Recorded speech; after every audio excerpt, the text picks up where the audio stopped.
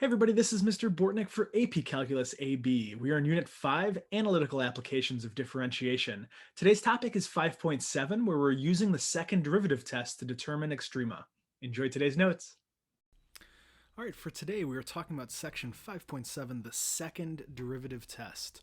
And the second derivative test is a different way that we can go about trying to find extrema on a graph. And again, just a reminder, it's been a while since maybe you watched the other videos, extrema refers to maximums or minimums of graphs. So maximums or minimums. We talked in earlier videos about different types of extrema, right? You could have a global extrema, which would be like the very highest or lowest point on the graph. That would be the global maximum or global minimum. Or you could have relative extrema, which would be just like a relative maximum or minimum, which would be the highest or lowest point around a particular part of the function. So in general, the goal of the second derivative test, or at least for this particular part, is let's identify the relative extrema on this graph. So there are two parts on this f of x. One here where we see that there is a relative max. There's a relative maximum at that point, and then there's a relative minimum at that point. Those are the extrema on our graph. You know, possibly we could say that this is the absolute maximum and the absolute minimum here, but we're going to focus on just the relative maximum and relative minimum for right now. So what do we know about the value of f prime of x at each extrema? Well, we know that f prime is the slope of the tangent line, and if we draw the tangent line at each of these points, we can see that f prime of x is equal to 0. Those tangent lines are horizontal. So in general, we know that at each extrema, f prime of x is equal to 0. What do we know about the value of f double prime of x at each extrema? Well, we know if we take a look at if we're thinking about f double prime of x on our f of x graph, we know that f double prime of x refers to the concavity of this graph. So let's break this into two parts. We can see here that we have a concave down piece from here, and then maybe around this point, which I'll highlight here in red, we can refer to that as a point of inflection. Somewhere around that point, the concavity changes, and then we're suddenly going concave up. So what do we know about the value of f double prime of x at each extrema? Well, for our purple one that we've got right here, we notice that this is concave down. It's concave down, which means that the second derivative would have to be negative. And for our minimum here, we notice that this is concave up, and therefore the second derivative is positive. So interestingly enough, we can see here that at this point where there's a relative maximum, the first derivative is equal to 0 and the second derivative is negative, making it concave down and having a horizontal tangent line. Similarly here at the relative minimum, the first derivative is also equal to 0, and here it is concave up because the second derivative is positive. So in general, let's summarize here. So at the maximum, we can see that f prime of x is equal to 0 and f double prime of x is negative because that is concave down. At the minimum, we can see that f prime of x is equal to 0 and f double prime of x is greater than 0 because it is concave up on that interval. So this leads us to the second derivative test. Sometimes we're looking at the first derivative of a function and we can tell whether, it's switching from positive to negative or negative to positive. And that's what we refer to as the first derivative test. But sometimes we don't have enough information about a function to tell whether that first derivative is changing signs. And that leads into this second derivative test as an alternative way to identify extrema. And so the second derivative test says this. It says if we know that the first derivative is equal to 0, then if the second derivative is positive, then there has to be a relative minimum at x equals c. So that is this part right here, right? f prime of x is equal to 0, and it's concave up. The second derivative is positive, so therefore there is a minimum occurring at that point. Similarly, if f prime of c is equal to 0 and f double prime of c is less than 0, well, that means this is concave down and has a horizontal tangent line. So we have something that looks like this, and we can see that that's going to give us a relative maximum at x equals c. So the second derivative test, again, is an alternative way to identify extrema on a function. And again, I'm going to say the general reason why we would use it is maybe we don't have enough information about f prime to tell whether that function is, whether that derivative is changing signs, right? Maybe we don't know it's going positive to negative or negative to positive. So we can't tell whether critical points, where the critical points are and where those sign changes are happening. All right, let's use the second derivative test here to find the relative extreme of f of x is equal to x to the fourth minus 2x squared. So here, I'll just start all the way over here on this side. We need to take the derivative. We need to show two things for this to work, right? We need to show both that the derivative is equal to 0, and then we need to show one of these two things to determine if it's a relative minimum or a relative maximum. So f prime of x for this problem looks like it's going to be 4x cubed minus 4x. So we want to know when this is equal to 0, right? We want to make it equal to 0. And so we'll say, okay, 4x cubed minus 4x equals 0. If we factor out a 4x, that looks like that's going to be x squared minus 1 left on the inside, which means that we've got a difference of two squareds. So that's x plus 1 times x minus 1 is equal to 0. So the things that would make this derivative equal to 0 would be at x equals 0, -1, or +1. Those are the possible places where we might have some extrema. So then the question then is, which types of extrema are they going to be? And so here at this point, we then need to bring in our second derivative. So the second derivative of this function, right, if our original was, or rather our first derivative was 4x cubed minus 4x, that second derivative is going to be 12x squared minus 4 by the power rule. And so we want to set that equal to 0. Well, actually, we don't need to set that equal to 0 because all we're worried about here is the output of this function, the output of this derivative function at these x values. Are they positive or are they negative? So what we're going to do is we're going to essentially just plug in. I want to know what f double prime of 0 is. I want to know what f double prime of -1 is, and I want to know what f double prime of +1 is. And again, really I'm only worried about the signs of these values, but let's plug in. That's going to be 12 times 0 squared minus 4. That's going to be -4. Here we've then got 12 times -1 squared minus 4, so that is 12 minus 4, which is +8. And then we've got 12 times 1 squared minus 4, which is also +8. So the key thing that I'm focusing on here is that this is negative. Then we have positive at this x value and positive at this x value. Okay, so now that we know the signs of our second derivative, let's figure out what our conclusion is going to be. So we are talking about the relative extrema. So we know that there are going to be relative extrema at what values?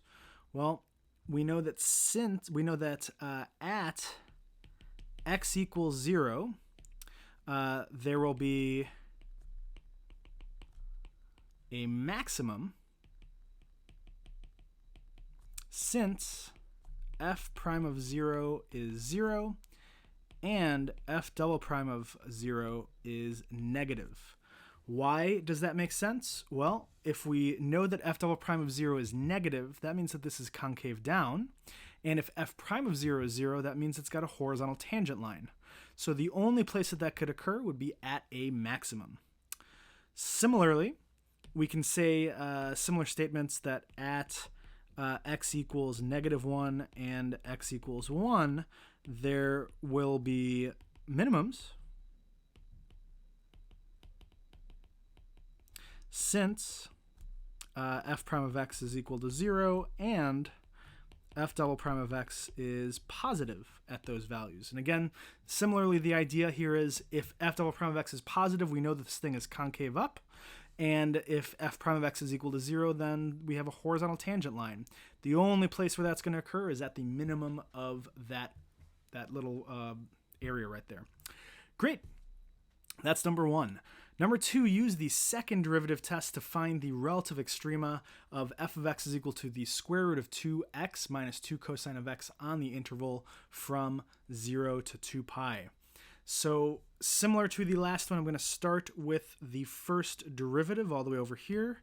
And so our first derivative for this is going to be, looks like the square root of 2.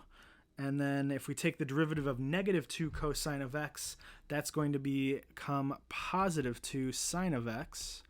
And so if that's our first derivative, we're then going to set that equal to 0 to find out the possible places where we've got these relative extrema occurring. And so root 2 plus 2 sine of x is equal to 0. So 2 sine of x is equal to negative square root of 2. And that means that sine of x is equal to negative root 2 over 2. So this is a great time to be thinking about your unit circle and thinking about where would that occur. The only two places on the unit circle where sine of x, or the y value on your coordinates of your unit circle, is negative root 2 over 2 is going to occur at x is equal to 5 pi over 4 or 7 pi over 4. Those are the only two places where that's going to occur. Now that we know that, we're going to move on to our second derivative. And so our second derivative is going to be f double prime of x. The derivative of the square root of 2, since there's no variable there, it's just a constant, is going to go away. And the derivative of 2 sine of x is going to be equal to 2 cosine of x. Then we're going to find the value of the second derivative at each of those two x values that we found earlier. So I want to do f double prime of 5 pi over 4 and f double prime of 7 pi over 4. So f double prime of 5 pi over 4, if we take a look at that, that's going to be equal to obviously 2 cosine of 5 pi over 4. And thinking about our unit circle facts, at 5 pi over 4, cosine is going to be equal to negative root 2 over 2. So this is 2 times negative root 2 over 2, which is negative root 2. And again, really I only care about the sign of this part. And so for 7 pi over 4, if we plug that in, that's 2 cosine of 7 pi over 4. And so if we think about cosine of 7 pi over 4, that's going to be equal to positive root 2 over 2, using some of our unit circle facts. So 2 times root 2 over 2 is positive square root of 2. All right, so we've got both of these pieces of information about the second derivative. If we're going to write up our conclusion, what's that going to look like?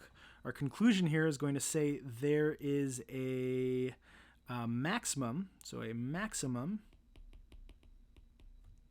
at x equals 5 pi over 4, since we know that f prime of 5 pi over 4 is equal to 0, and f double prime of 5 pi over 4 is negative. So that thing is concave down, and so therefore it's got a maximum at that x value. Similarly, we know that there's going to be a minimum at x equals 7 pi over 4, and our justification is that f prime of 7 pi over 4 is equal to 0, and f double prime of 7 pi over 4 is positive. So that thing is concave up. It's got a horizontal tangent line, so therefore there must be a minimum. This is what our justification looks like, something we're going to definitely want to mention. Essentially what we're doing here is using this second derivative test in order to prove that we know that there's a maximum and a minimum at these values. Nice.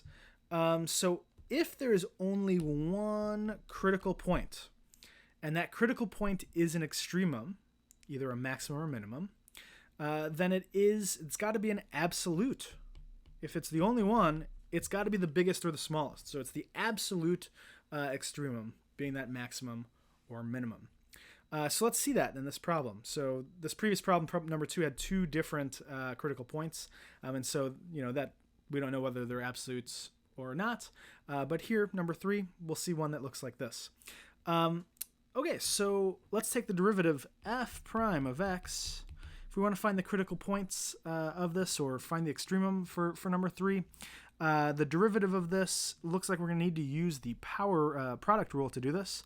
So the derivative of negative x is -1. That's times e to the x over 4. And then we're going to add to that negative x times e to the x over 4 times 1/4 for that. And so if we simplify, that looks like what? Negative e to the x over 4 minus 1/4 x e to the x over 4. All right, so once we've taken this derivative, the next part is going to be, let's factor out the negative e to the x to the 4th. So this is going to be negative e to the x over 4 times 1 plus 1/4 x. And as usual, if we're going to find those critical values, we want to find the places where the first derivative is equal to 0. So we have negative e to the x over 4 times 1 plus 1/4 x has to equal 0. Now, by the zero product property, either one of these two parts could equal 0 to make the whole expression equal to 0, since they're being multiplied. And this e function is not going to hit 0. There's no value of x we could plug in that would make this equal to 0. So the only part we care about is this part here in the parentheses. So 1 plus 1/4 x has to equal 0. So that means that 1/4 x is equal to -1, which then if we multiply by 4 on both sides, we get that x is equal to -4. So that is our critical value here that we've got. We just need to figure out whether it is a maximum or a minimum. Here, the second derivative is going to be a little bit tougher, just because this expression that we've got for the first derivative is going to be a little bit messy, but we should still be able to do it. So our second derivative, by the product rule, we're going to take the derivative of negative e to the x over 4. So that is going to be, oh, I lost it. Negative e to the x over 4. The derivative of that is going to be, let's see, negative e to the x over 4 times 1/4. And then that 1 plus 1/4 x is going to stay the same. And then we're going to add to that, for the second part of our product rule, the negative e to the x over 4 times the derivative of 1 plus 1/4 x, which is just 1/4.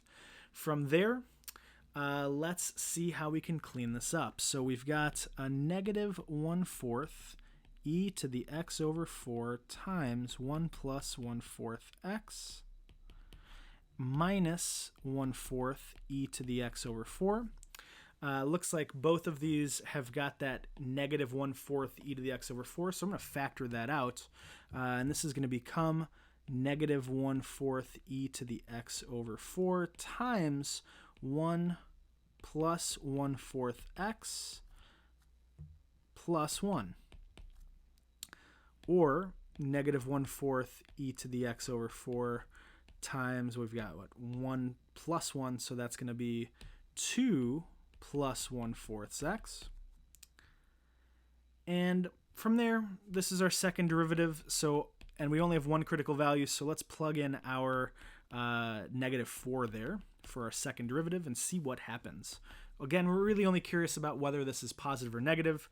So we've got negative 1/4 times e to the -4 over 4 times 2 plus 1/4 times -4. So we've got then negative 1/4 times e to the -1 times, this is going to be 1/4 times -4 is -1. 2 plus -1 is 1. So we've got a 1 here for this. And so this is going to be negative 1/4 with the e in the denominator. So negative 1 over 4e would be our second derivative. Okay, so what is our conclusion then? Since we know this is concave down, our conclusion is that there must be a maximum, But in fact, because there's only one critical point like we talked about earlier, since there's only one critical point and it's a maximum, it actually must be an absolute maximum because it's the only one. There must be an absolute maximum at x equals -4, since we know that the first derivative at -4 is equal to 0, and the second derivative at -4 is negative. So this thing is concave down, and it's got a horizontal tangent line, and it's the only maximum, so it has to be the absolute maximum. That is going to be our conclusion for this particular problem. And that's the second derivative test. As usual, we've got some practice for you to check. There's some test prep. Try those out. Come to class with any questions that you've got, and good luck on your mastery check today. Have a great rest of your day.